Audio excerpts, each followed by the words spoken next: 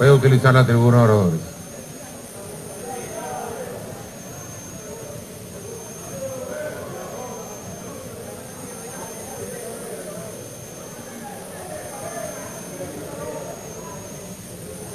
Junta directiva, colegas parlamentarios.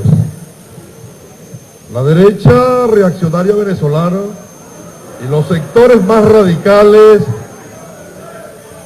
sienten una gran decepción con la bancada mayoritaria de manera circunstancial y transitoria en este Parlamento, porque como muchachos demandados no han podido cumplir la tarea.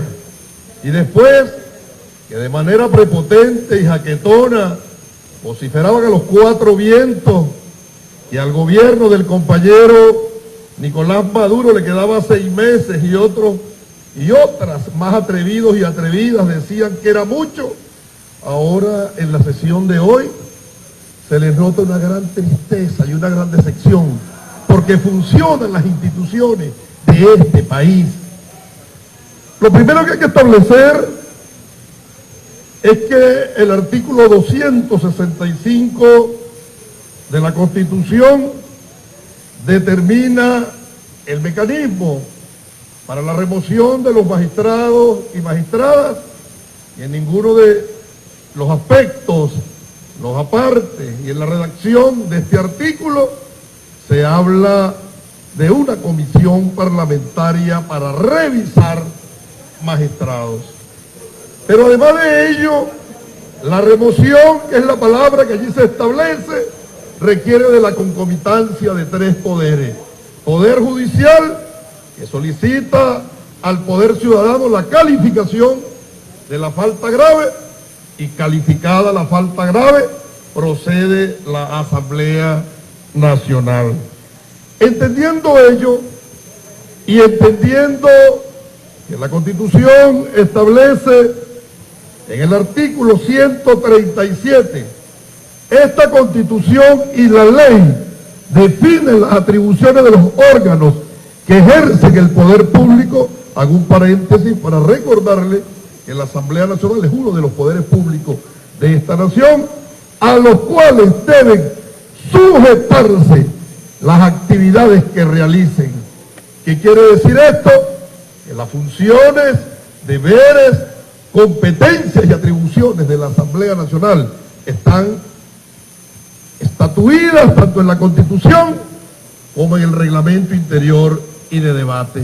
Y en ninguno de los aspectos se le da esa facultad que se subrogó esta mayoría violadora de la Constitución al designar una comisión para cumplir una tarea sobre las cuales la Asamblea, dentro de sus atribuciones y dentro de las competencias legales y constitucionales, no tiene cualidades. Entendiendo esto, ¿qué procede? La misma Constitución, en el artículo 138 dice: toda autoridad usurpada es ineficaz y sus actos son nulos. Por lo tanto, colegas parlamentarios y parlamentarias, pueblo de Venezuela, estamos en un simple, silvestre y vulgar raude sombra de una derecha a la usanza de los circos romanos, aplaudiéndose, pidiendo cabeza para insuflarse el ego, porque esta comisión está viciada de nulidad. Y entrando en el mismo hecho, en cuestión de la designación de los magistrados, el 23 de diciembre, cabe hacerse 2 preguntas. La primera pregunta es: la Asamblea Nacional, que expiró el 5 de enero del 2016, ¿tenía dentro de la esfera de sus atribuciones la competencia de designar magistrados? Sí. Segundo, la designación en la designación de los magistrados en la fecha 23 de diciembre estaba habilitada para cumplir con esa tarea. Sí. Entonces, dejen el circo de estar inventando ustedes que esto está viciado de nulidad. Pero además de ello, el Tribunal Supremo de Justicia les aguó la fiesta, y ese es el odio que quieren revertir contra un poder, y yo se los he dicho a ustedes, diputados y diputadas de la derecha reaccionaria, se los he dicho, el papel del bloque de la patria, camaradas, nosotros los 54 diputados, tenemos el papel de constituirnos en camisa de fuerza. Cada vez que esta bancada cometa desafuero, viole las leyes, viole la Constitución, nosotros tenemos que meterlo por el camino de la legalidad, de la democracia y del Estado de Derecho. ¿Cómo? ¿Cómo lo vamos a hacer? Apelando a los mecanismos constitucionales.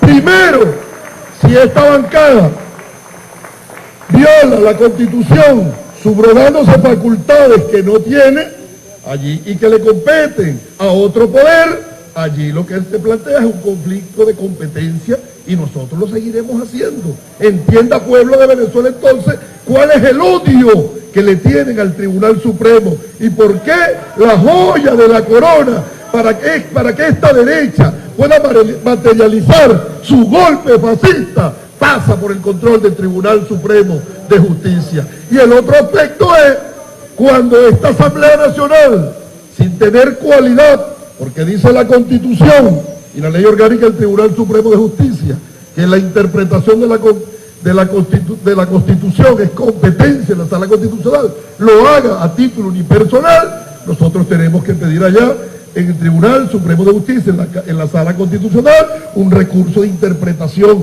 y hay que acatar las decisiones de los poderes. ¿Qué dice la sentencia del expediente 16-0153 del 1 de marzo del 2016, de hoy? Dice: